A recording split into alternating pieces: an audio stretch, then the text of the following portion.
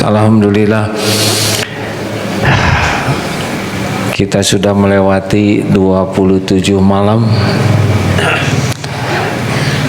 Juga baru pulang dari Tanah Suci. Di sana ibadahnya lebih banyak lagi. 2 kali qiyamul lailnya, taraweh sampai jam 10 malam, dilanjutkan setengah 12 sampai jam 2 atau lewat setengah 3. Masya Allah. Dan luar biasa banyaknya. Di jalan-jalan itu semuanya berlomba. Apa sih yang paling penting yang dijanjikan? Kalau kita simak hadisnya, man shoma ramadhana imanan wahtisaban ghufira lahu ma taqaddama min dhanbi. Barang siapa yang saum di bulan Ramadan penuh dengan keyakinan kepada Allah, janji Allah, dan semata-mata mengharapkan ridho Allah, pahala dari Allah, Allah ampuni semua dosanya yang lalu. Demikian juga man qoma, barang siapa yang berdiri, maksudnya sholat malam di bulan Ramadan ini dengan keyakinan ini perintah Allah, ini yang terbaik dari Allah, dan cuma mengharap ridho Allah, pahala dari Allah, gak ngarap apa-apa yang lain, maka diampuni dosanya yang lalu. Termasuk doa di Lailatul Qadar, Allahumma innaka afuwun tuhibbul afwa fa'fu anni. Wahai Allah yang maha pemaaf. Bedanya dengan ghafur itu ditutupi, kalau pemaaf al-afu ini dihapuskan. Jadi Allah menjanjikan dihapuskan, tidak ada jejak-jejaknya dosa ini. Kenapa semuanya berkaitan dengan dosa? Karena yang membuat hidup kita berantakan, sengsara adalah dosa. Jadi yang membuat hidup kita jadi tidak enak, ribet, maisatan donka, sempit, adalah dosa kita. Jadi Allah tuh ingin membahagiakan kita dengan dihapus bahayanya. Begini ya, hidup bahagia kuncinya adalah iman dan amal soleh. Meninggal kita husnul khotimah ketika kita beriman dan beramal soleh. Teman kita dikubur adalah amal soleh. Kita masuk surga karena hati-hati nih, amal soleh tidak cukup untuk masuk ke surga. Jadi di akhirat itu kita tidak masuk neraka karena kita tidak masuk neraka karena ampunan Allah, kita masuk surga karena rahmat Allah. Faman zuhziha 'anil nar, barang siapa yang dijauhkan dari api neraka, wa udkhilal jannah, dan kita bisa mengundang rahmat Allah. Rahmat Allah lah yang menyampaikan kita ke surga. Nah, jadi sukses itu Ali Imran 185 ya, dijauhkan dari api neraka. Nah, itu ampunan Allah. Jadi ada yang masuk surga tuh, ada yang dicelup dulu di neraka, baru sesudah diimpaskan, baru dikesorgakan. Ada yang masuk surga nggak dicelup dulu, milih mending yang mana? Hah? Mau dicelup? Nah. Jangan salah ngomong nih, bisa diijabah.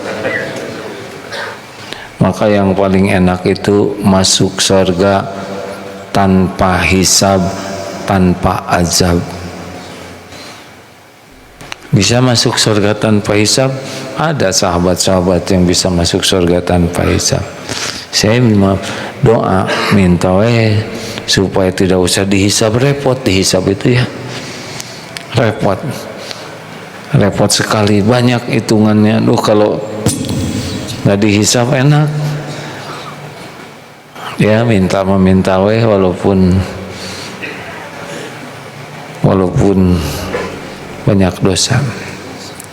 Baik. Jadi yang bahaya bagi kita itu apa? Aduh, nggak ada yang jawab ini. Jadi yang membahayakan kita siapa? Dosa pemerintah atau dosa diri sendiri?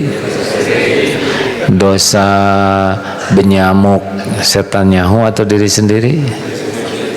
Dosa tetangga atau dosa diri sendiri? Dosa atasan atau dosa diri sendiri? Dosa orang tua atau dosa diri sendiri? Yang membahayakan kita dosa pasangan hidup kita atau dosa diri sendiri? Bagus.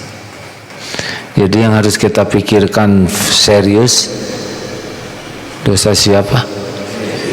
Kesalahan siapa? Makanya mengagumkan sekali itu yang waktunya sibuk aja mikirin dosa orang lain. Ini luar biasa ini. Nggak ada kerjaan sekali nih. Bukan tidak boleh, tapi kalau kita sibuk memikirkan dosa orang lain sampai lalai kepada dosa sendiri, itu kebodohan. Dosa orang lain nggak ada bahayanya buat kita. Orang nipu kita bahaya tidak? Takut salah jawabannya kan ya.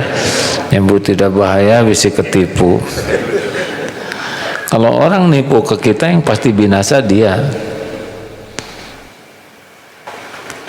Kita tergantung sikap kita. Kalau menyikapinya benar, kita nggak ada ruginya.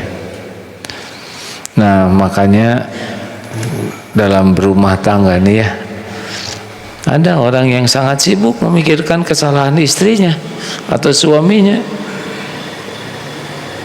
Bukan tidak boleh. Coba Bu, Ibu, mana ibu-ibu adakah? Mana yang berbahaya bagi emak-emak ini? Dosa suami atau dosa diri sendiri? Yang mantap benar. Gak usah gitu jawabnya, itu emosi. Dosa diri sendiri. Allah tahu isi hatinya. Dosa diri sendiri, Bu. Kalau ibu menderita, pasti karena dosa diri sendiri. Bapak-bapak, hei para suami, mana yang membuat yang bahaya bagi kita? Dosa kesalahan istri atau dosa diri sendiri? Enak aja, enggak begitu. Dua-duanya. Dosa diri sendiri, dan ada sebagian dosa istri yang kita pikul. Kenapa? Karena kita kepala keluarga. Kalau tidak serius memberi contoh, tidak mendidik, tidak melatih istrinya, pikul itu dosa.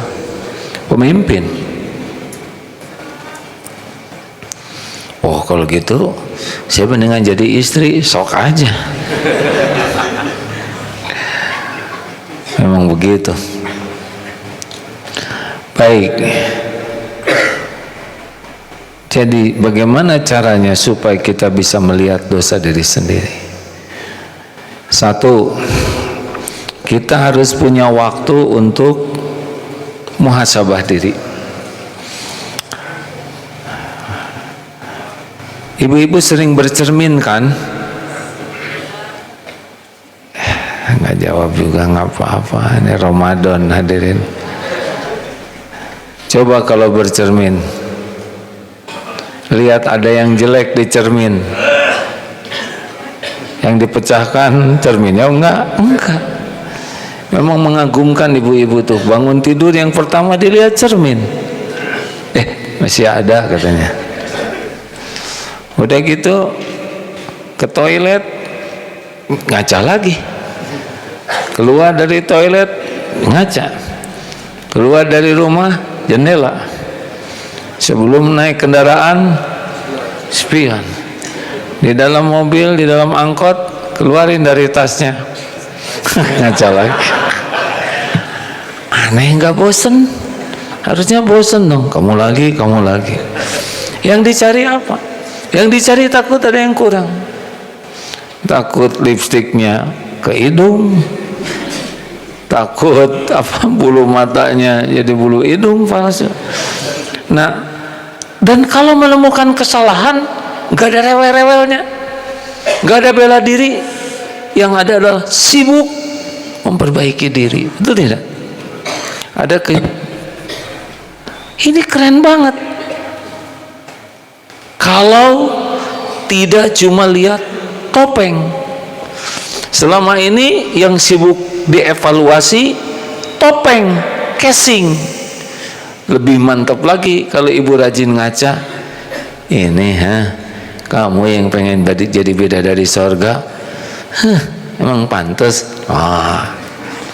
Ini mata yang lihat HP melulu. Ini yang kerjanya ngomel. Kalau tiap ngaca yang dilihat adalah kelakuan diri, pasti beda tuh. Tidak semua orang punya kemampuan ini. Jadi bagusnya itikaf itu memang rada berat. Itikaf rame-rame begini ya. Di sini yang ini kaki orang, di sini leher orang. Tapi seninya di Daruto dia begini ya. Kenapa kok saya mimpi ke pabrik terasi misalkan? Ternyata di depan kaos kaki orang.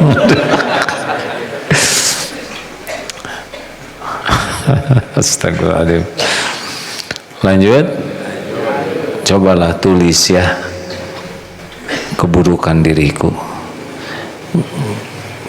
Kalau bisa ditulisnya yang tidak akan dibaca oleh orang lain, supaya jujur.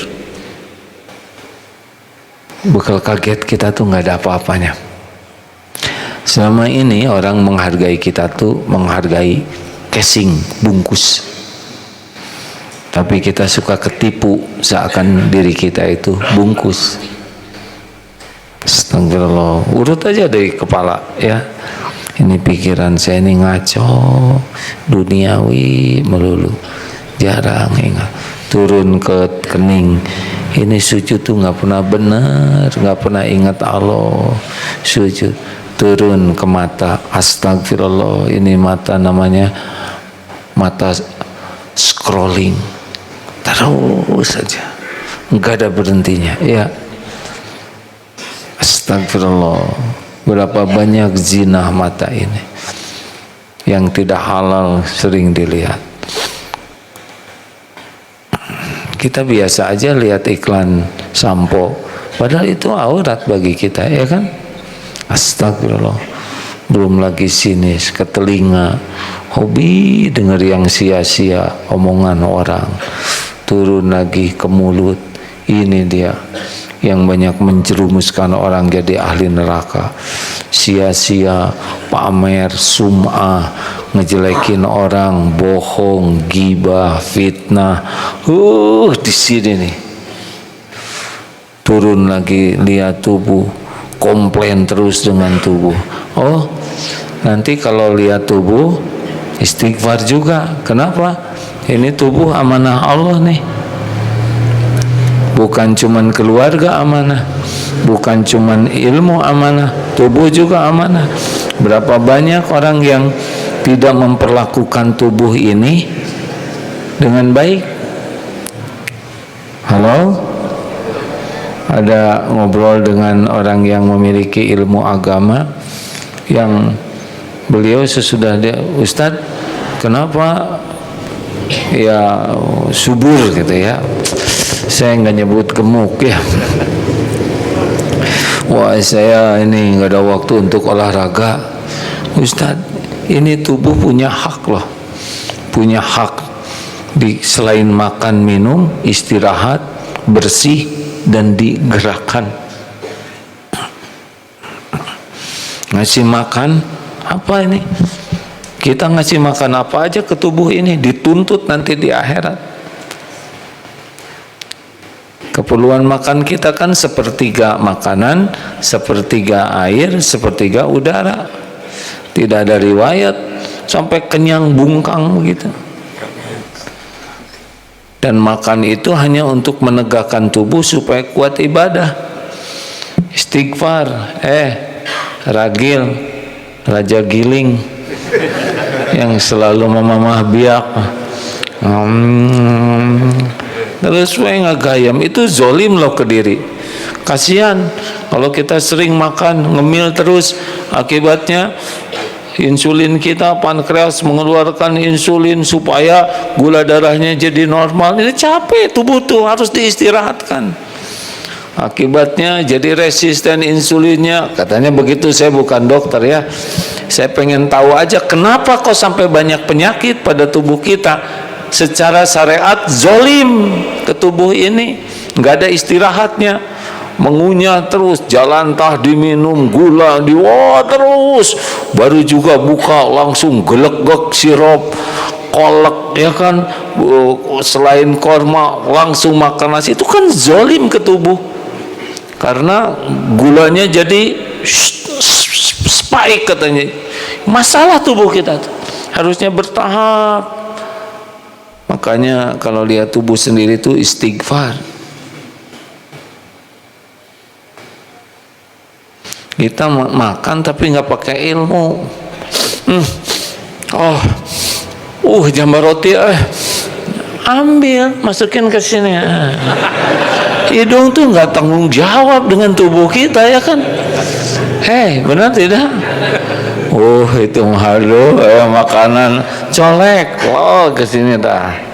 Dia nggak tanggung jawab ke tubuh kita. Lidah cuman segini, lewat dari lidah udah nggak ada rasanya tuh. Kita ngebela-belain lidah, ngebela-belain hidung, ngebela-belain mata, sampai zolim ke tubuh sendiri. Ini serius. Kalau ingat sunnah Nabi, para sahabat, badan tuh ringan. Kalau tubuh kita ini sehat, syariatnya oleh Allah dibuat ringan. Dari duduk berdiri itu gampang, ruku sujud itu ringan, kemudian gerakan kita tuh jadi ringan.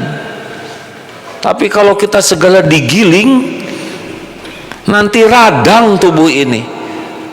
Cirinya radang apa? Ya itu jadi boyot ya. Maaf, jangan menilai orang lain ya. Tidur nggak nyaman, bangun tidur nggak enak, letih, lesu, lemah, nafas juga cuma sedikit, jalan sedikit. Beneran, saya mohon maaf ya, jangan menilai. Wah, berarti si eta tah. Jadi diam ya. Jangan menilai orang lain ya. Nggak enak ceramah ini. Langsung pada tahan perut begitu. Jadi selama umroh kemarin saya belajar tentang supaya tidak zolim. Salah satu zolim ke tubuh itu katanya tubuh kita ini lingkaran perutnya jadi besar karena banyak lemak visceral. Ya bukan so pinter ya. Saya udah nanya lemak visceral itu apa? Ya itu lemak-lemak, kan lemak di perut itu ada dua, yang di bawah kulit dan ada yang di dalam itu yang suka nyelimutin usus. Jadi kuning-kuning. Coba kalau lihat motong ayam gemuk ya kan, di ususnya tuh banyak lemak visceral, di livernya, di pankreasnya apa. Jadi si tubuh tuh meradang, nggak enak, nafas juga nggak bagus, secara penampakan juga kurang gimana lah gitu ya. Saya nggak nyebut bentelu ya kan, tapi nggak enak, nggak diteruskan ini jadi pada tahan nafas begini. Ini harus tobat maksudnya hadirin. Jangan-jangan Allah ngirim berbagai penyakit karena kita zolim ke diri ini, nggak pernah belajar tentang makan yang benar. Halalan kita belajar, toyib tidak belajar. Emang banyak gula itu bagus? Enggak bagus. Emang banyak karbo itu bagus? Kalau tidak diperlukan tidak bagus. Kita makan nggak pakai ilmu, zolim ke tubuh ini. Mikir, jadi pas ngaca teh astagfirullah ya Allah, betapa lamanya tubuh ini saya zolimin. Untung di sini tidak ada yang merokok. Saya tidak berkaitan dengan hukum. Merokok zolim tidak kira-kira? Sederhananya gini, paru-paru ini sukanya dikasih asap yang jelek, kasih udara yang segar. Jawab. Nah, kalau ngisep rokok itu jelas sekali kajian ilmiah, rokok itu tidak membawa kebaikan. Jadi setiap merokok selain dia menghisap, di akhirat dihisab. Makan waktu, makan uang, makan tenaga, semuanya ada hitungannya. Demi Allah, faman ya'mal mithqala dzarratin khairan yarah wa man ya'mal mithqala dzarratin syarran yarah. Sekecil apapun ke sini zalim, dikeluarkan itu ke orang lain zalim.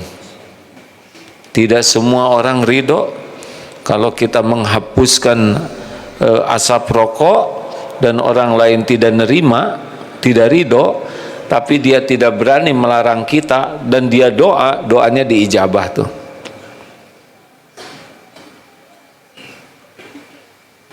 Mikir, gak usah lihat kiri kanan Pak, jadi saya tahu nyari teman ya. Nunduk aja begini. Bagaimana dong kita lihat orang yang ngerokok? Jangan dihina, jangan diremehkan, karena boleh jadi beliau pun sangat ingin berhenti, cuma tidak semudah ceramah ini, ya kan Pak? Tenang, nggak boleh lihat ke beliau ya. Begini hadirin, orang yang merokok aja udah menderita itu, pengennya itu sengsara. Jadi kita yang tidak merokok, lihat yang merokok, jangan merendahkan, doakan kebaikan. Sing pahit berhenti, itu malah jadi kebaikan. Tapi kalau kita menghina, itu tidak menyelesaikan masalah, malah ngotorin hati kita. Betul? Husnuzonnya orang yang merokok tuh pengen berhenti, lagi berjuang.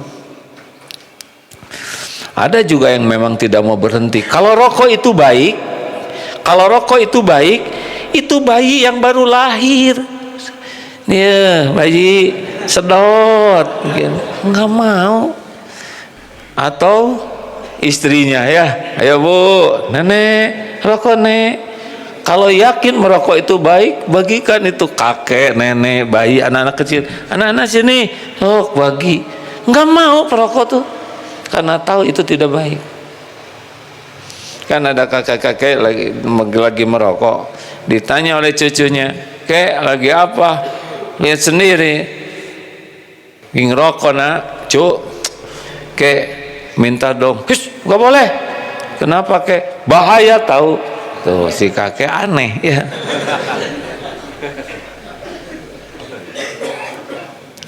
Istighfar, yang banyak minum gula ya, istighfar. Zalim tuh gula itu kalau kebanyakan mesti tubuhnya tersakiti. Termasuk yang banyak makan tepung wah, atau minyak jalantah dan sebagainya, itu zalim itu. Serius hadirin, harus pakai ilmu makan ini. Ini saya bisa disebelin tukang gorengan ini hadirin. Bukan tidak boleh banyak, tidak boleh berlebihan. Jadi cukup lihat, pegang, enak nih ya.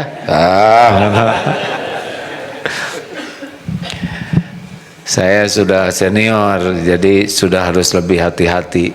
Tapi yang junior juga, kalau jarambah dari sekarang umur 30, 40 nanti sudah bermasalah tubuhnya. Istighfar. Jadi yang pertama adalah kita harus benar-benar evaluasi diri. 2, cara yang kedua kita bisa mengevaluasi diri adalah tadi muhasabah diri ya. Yang kedua adalah cermin diri. Apa itu artinya? Gunakan orang-orang terdekat dengan kita yang paling tahu banyak tentang kita untuk bisa memberitahu kekurangan kejelekan kita. Kalau para suami, istri yang digunakan. Orang tua, anak, orang tua minta ngasih tahu. Atau kalau istri minta suami memberitahu. Ini penting. Banyaknya orang alergi alergi kepada koreksi, padahal yang kita perlukan tuh koreksi. Coba Bapak udah pakai jas, pakai dasi, di sini ada upil nggak kelihatan, apa yang kita perlukan? Kita mau tampil nih, yang ngoreksi, yang muji. Jawab. Terus ketemu dengan ini upil di sini 2 lagi ya. Kita nggak lihat. Maaf Pak, maaf. Ngomongin siapa ini? Astaga. Minum. Biasanya kalau batuk yang siapin air. Ini gimana?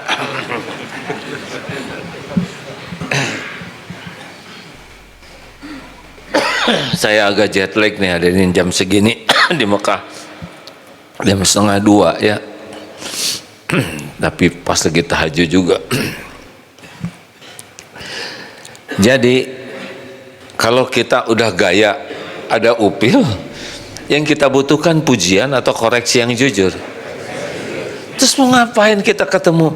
Oh bos keren banget, jasnya bagus, wajahnya bercahaya. Nggak ada gunanya kalau upil dibiarin, betul tidak? Nggak ada gunanya pujian dari istri atau dari suami kalau membiarkan kejelekan kita. Yang kita perlukan tuh kita tahu yang jelek pada diri kita supaya kita bisa memperbaiki. Memang cara mengoreksinya ideal mah baik-baik ya. Sebetulnya Bapak tuh sudah keren Pak, rapi, bersih, necis, tinggal dikit aja. Tapi itu perkara sederhana, upil. Nah, itu paling enak ya kan. Tapi yang agak enak deletan. Lihat hidung, aduh, jadi merasa upilan begini hadirin. Nah, manfaatkan, biasakan di rumah itu minta masukan. Dan kalau sudah diberikan koreksi, tidak usah bela diri. Karena yang membuat orang berhenti mengoreksi kita adalah kita sibuk bela diri. Terima kasih aja. Misalkan dikasih tahu, Pak itu upil, saudara begini ya. Sebetulnya apa-apaan tinggal colek amberes, betul tidak? Hah? Dan berterima kasih, betul tidak? Apa perlunya? Gini, saudara itu sebetulnya tidak jelas penglihatannya. Udahlah, beresin masalah, berterima kasih. Bu, beritahu kekurangan dan kesalahan Papa yang benar. Papa sekarang sudah sadar, ingin memperbaiki diri. Sudah dengar ceramahnya. Pak, satu ya, Papa tuh orangnya mudah marah, emosional. Tunggu dulu Bu. Papa tuh tipe Umar bin Khattab ya nggak? Makin ngelantur udah error ya. Sudah tuh Pak, mangawe koma Bapak lah. Evaluasi diri, berterima kasih, balas dengan kebaikan. 3. Yang ketiga, berguru kepada yang lebih ahli. Jadi seperti kita sakit datang ke dokter, dokter lebih ahli dalam penyakit. Sebetulnya dengan kita datang aja dokter kayaknya udah tahu penyakit ya. Oh, sakit apa ya? Ya udah, radang tenggorokan ya. Jadi dengan kita datang ke yang ahli, orang yang ahli itu bisa memberitahu kita. Nah, senangnya kita ketemu dengan orang-orang soleh. Sebetulnya orang yang soleh itu bisa membuat kita menyadari kekurangan kita. Mungkin dengan keteladanannya, bisa jadi dengan ilmunya atau nasihatnya. Kalau kita kumpul dengan orang-orang yang maaf ya, akhlaknya lebih rendah, kita jadi soleh. Orang yang sholatnya cuman duhur, asar, maghrib, kumpul dengan yang tidak sholat. syekh atau disebutnya juga ya enggak? Padahal dia juga minus tuh. Benar. Jadi pentingnya kita ketemu dengan orang-orang yang lebih bagus akhlaknya, lebih bagus ilmunya, lebih bagus keyakinannya. Kita jadi membuat sadar diri nih posisi kita. Lihat keteladanannya, lihat ucapannya, ilmunya, nasihatnya, terupgrade diri kita. Serius hadirin. Kita ngimamin, ternyata yang diimamin tidak ada yang ngerti. Walaupun kita ngacapruk ya, bebas sesuka ngaconya itu, nggak ada yang komplain dan nggak ada yang ngerti. Di belakang hafiz mutkin, kita dikit aja salah langsung ada koreksi. Itu nikmat dari Allah.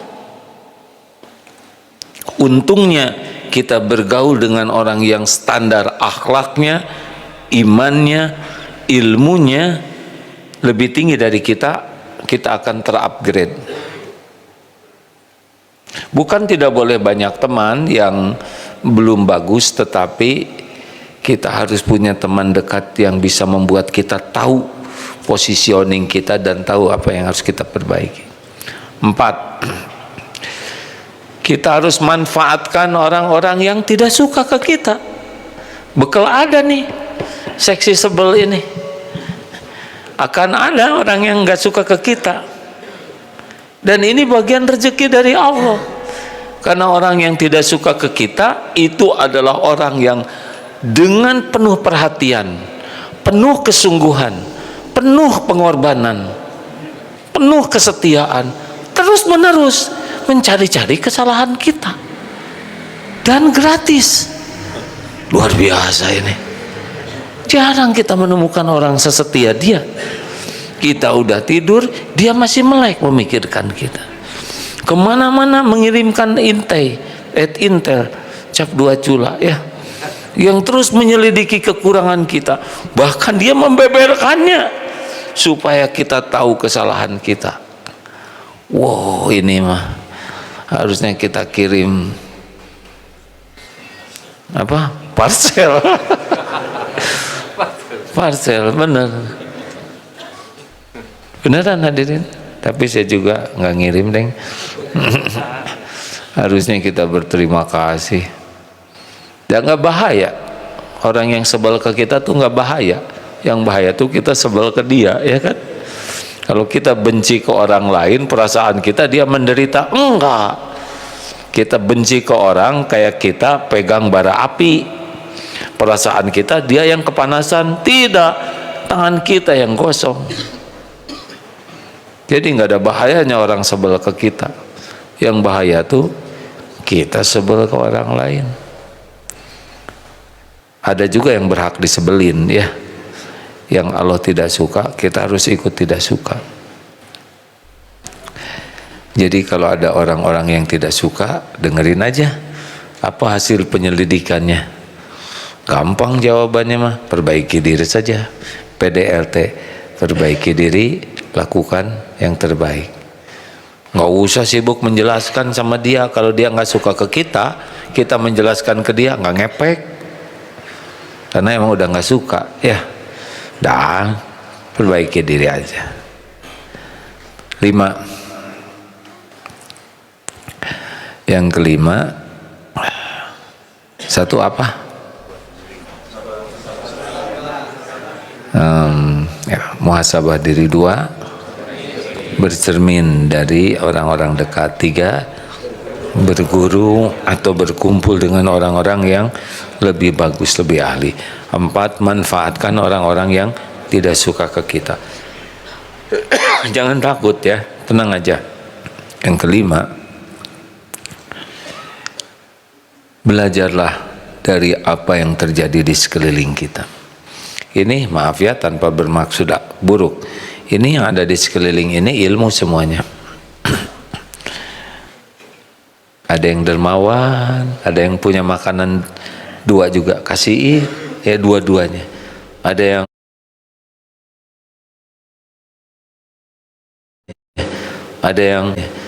yang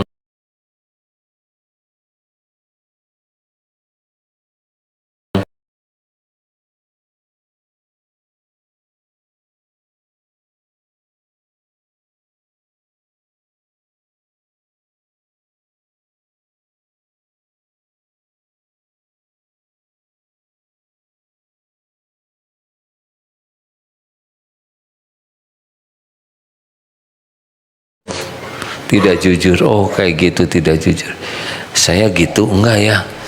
Itu korupsi level gitu. Jangan-jangan saya di kantor korupsi waktu, korupsi kertas kantor, korupsi jam kantor.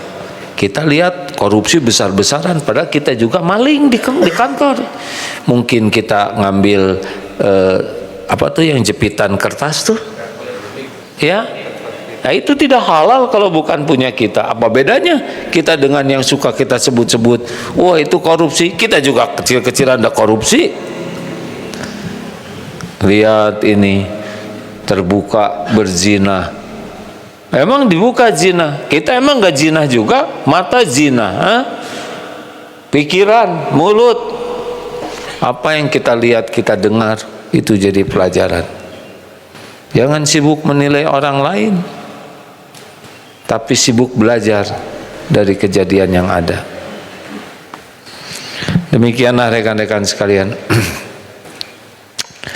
Sekarang kita sedang dipertontonkan di dunia ini kezoliman oleh dua negara yang zolim kepada salah satu negara yang saya dengar banyak menyebut nama Allah, yang bersyahadat, yang baca Quran, yang bersujud, yang mencintai Rasul.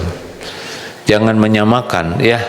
Kalau menyamakan ngisriwil dengan yang ini, saya khawatir nanti dituntut di sisi Allah ya. Memang secara penamaan ada Sunni, ada Syiah, tapi saya tidak paham banyak tentang hal ini karena saya tidak mendengar langsung dari yang bersangkutan ya. Tetapi yang saya dengar adalah menyebut nama Allah, bersyahadat, baca Quran, sujud. Jangan disamakan dengan yang pembantai, pembunuh, yang genosid. Nah, tidak boleh. Kita lihat semua ini. Betapa orang yang sombong, pemimpin sombong, betapa orang-orang yang merasa jumawa oleh Allah mudah saja dibulak-balik. Benar tidak? Lebih baik kita belajar, kita evaluasi diri, kita doakan supaya yang hak itu jelas hak dan Allah memenangkan yang benar. Tapi kita bisa belajar, oh kesombongan seperti apa.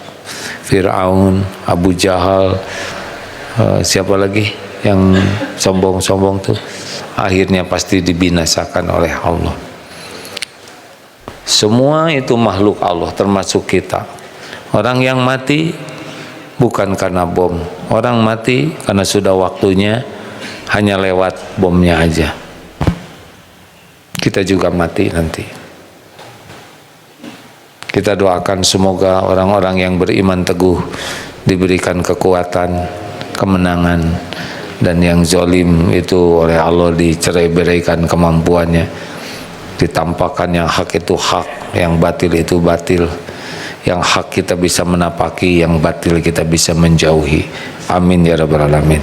Silakan, akan ada pertanyaan.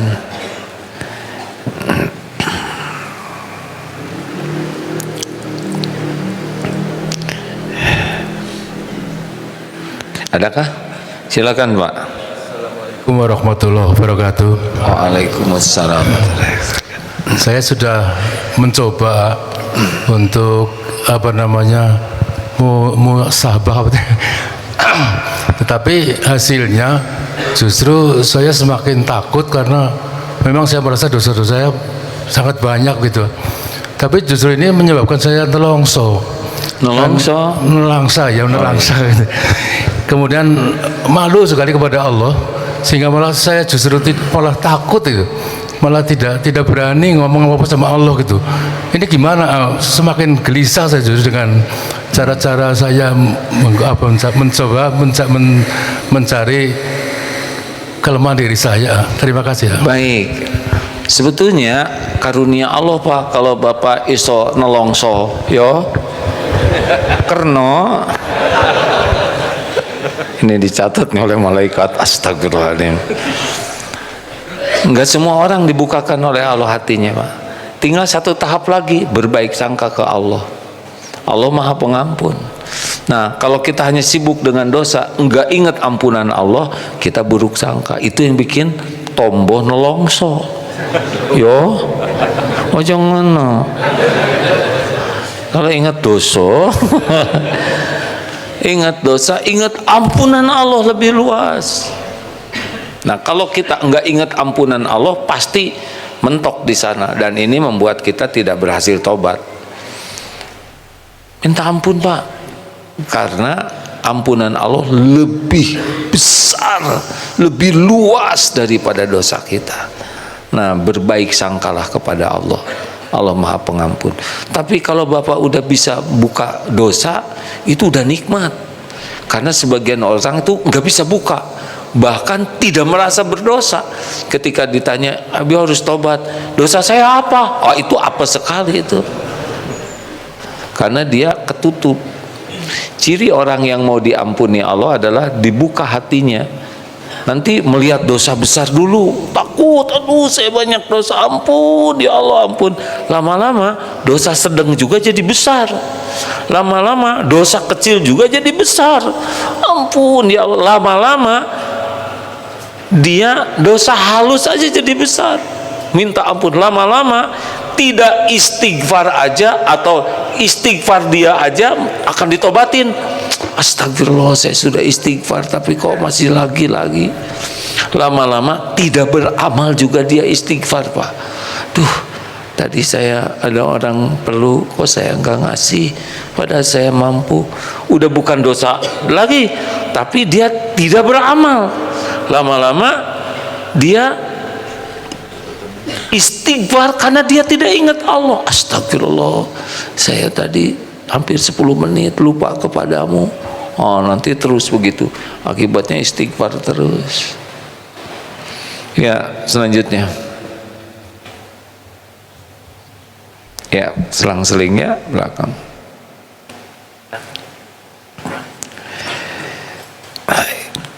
Jadi lebaran teh kapan? Ya, silakan.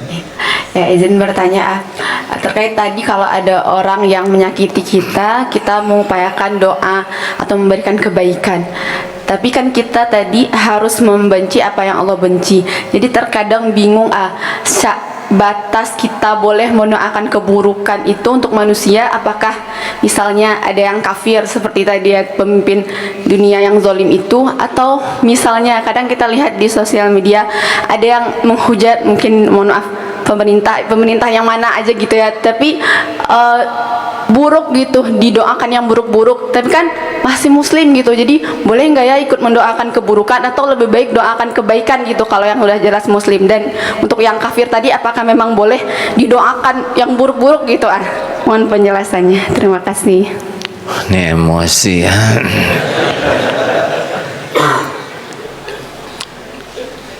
Kalau yang sudah melampaui batas kan ada juga doanya ya. Ya, kalau itu lebih cepat matinya ya mudah-mudahan lebih aman dunia ini. Kalau ada saudara kita yang diberikan ujian memimpin, ya doakanlah supaya bisa memimpin dengan baik. Kalau itu doakan jelek, makin jelek nanti kita, ya kan. Makanya kalau tersisa satu doa nih tersisa, kalau buat diri doa yang paling pol tobat. Ini waduh saya doa banyak, cuman boleh satu aja. Kalau buat diri tobat, minta ampun. Tapi kalau buat orang lain doakan pemimpin. Karena kalau pemimpin ini dengan izin Allah jadi baik, kita dapat kebaikan yang banyak. Ya, makasih ya.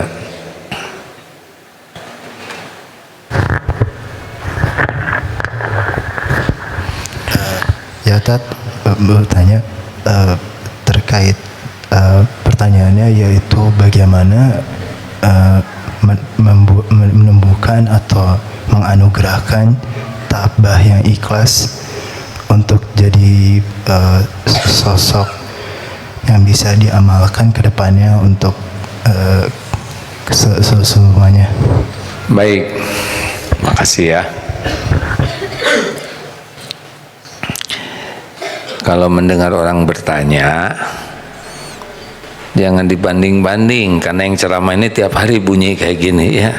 Ada yang jarang bicara, untuk merangkai kata juga tidak mudah ya. Jadi kita inti pertanyaannya bagaimana supaya ikhlas gitu ya. Tabah dan ikhlas dan tawakal dan soleh. Itu ceramah 2 bulan kan ada. Saya ambil salah satu aja ya. Latihannya adalah latihan ikhlas. Sederhananya begini, latihan ikhlas itu latihan tidak usah cari saksi yang lain lah kalau mau berbuat sesuatu gitu. Ini sekarang lagi musim, bukan musim, saat-saatnya banyak itikaf. Ini sedang di mana-mana banyak itikaf. Mudah-mudahan benar-benar nyari pahala ya, karena ujiannya adalah posting. Ayo itikaf. Tuh lihat yang pada itikaf. Tidak sepenuhnya salah ya. Tapi bisa nggak sih libur postingan 10 hari aja, berpuas-puas hanya bersama Allah aja kan? Udahlah, dunia nggak tahu kita itikaf juga nggak apa-apa. Ada orang juga nggak begitu peduli postingan kita ya nggak. Pertama nggak ada followernya ya, terus mau apa juga orang lain tahu. Bisa nggak sih 10 hari terakhir yang tinggal beberapa hari ini, udahlah nggak usah posting amal kita, kalau kira-kira itu bisa mencederai keikhlasan kita. Udah posting kan dari kemarin udah sebulan 27 hari. Coba bisa nggak libur posting gitu, jangan emosi, libur posting tentang ibadah. Bisa enggak sih? Kenapa sih harus semua orang tahu? Kenapa nggak puas hanya Allah aja yang tahu? Kenapa harus segala diperlihatkan? Untuk apa? Kalau benar-benar kita ingin mencoba, kalau ada orang posting kita husnuzon ya, berbaik sangka ini dakwah nih, udahlah gitu aja. Tapi kalau kita mau posting benar ini teh mau dakwah atau ingin diakui orang, ingin validasi, ingin diketahui, apa perlunya? Apa nggak cukup waqafa billahi syahida? Nah ini cobalah lagi itikaf ini, nggak usah ini jam 2 langsung posting, jam 2 hadirin, kekuatan iman lah ya. Lagi tahajud Allah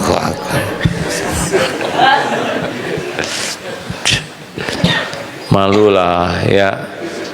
Mau sampai kapan hidup mengabdi kepada followers, subscriber? Tuhan kita tuh Allah. Terima kasih hadirin sekalian. Jadi kapan nih Idul Fitri? Semuanya sama ya, 1 Syawal, bagus. Kalau nanti ada perbedaan biasa saja ya, kita hormati. Semuanya ingin dapat ridho Allah, cuma tiap orang punya kebagian ilmunya beragam. Dan yang punya sorga itu adalah Allah. Yang menentukan diterima tidaknya amal itu adalah Allah. Sekali lagi ini penutup, kalau ada perbedaan pendapat dalam umat Islam, diantaranya khilafiyah, dan kita bukan orang yang memiliki ilmu yang memadai, satu, diam, jangan banyak komentar. Orang bodoh banyak komentar adalah banyak nafsunya, lebih banyak menimbulkan mudarat daripada manfaat. 2, belajar. Kenapa ini begini, kenapa itu begitu. Jangan bertindak tanpa ilmu. Belajar dengan niat ikhlas. 3, pilih salah satu yang paling kita yakini, yang paling menenteramkan. 4, hormati pilihan saudara kita. Sebagaimana kita punya hak memilih, saudara kita juga punya hak memilih, bukan cuman kita. Dan hormati sebagaimana kita juga ingin dihormati. Dan yang kelima, doakan supaya semuanya dapat petunjuk dan diterima oleh Allah. Nah, di mana bertengkarnya? Bertengkar itu pasti karena nafsu. Nafsu yang merasa diri paling benar. Kalau merasa benar, sampaikan saja tanpa harus menghina. Jangan-jangan di sisi Allah yang dihina itu malah yang lebih baik, ya. Dan kalau kita berada di posisi yang berbeda, boleh jadi kita juga berbeda. Karena tiap orang dapat sekolah di mana itu menentukan bagaimana dia bersikap. Mudah-mudahan kita lebih bijaksana menyikapi aneka perbedaan ini, ya.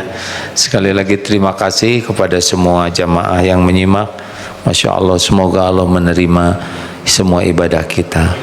Ya Allah, Allahumma sholli ala sayyidina Muhammad. Taqabbal minna siyamana wa taqabbal minna qiyamana, taqabbal minna sholatana, taqabbal minna ya Allah, innaka antas samiul alim. Terimalah semua amal-amal kami ini. Allahumma innaka afuwun tuhibbul afwa fa'fu anna ya arhamar rahimin ya karim. Rabbana atina fid dunya hasanah wa fil akhirati hasanah wa qina azabannar. Subhana rabbika rabbil izzati amma yasifun wa salamun alal mursalin alhamdulillah. Terima kasih. Assalamualaikum warahmatullahi wabarakatuh.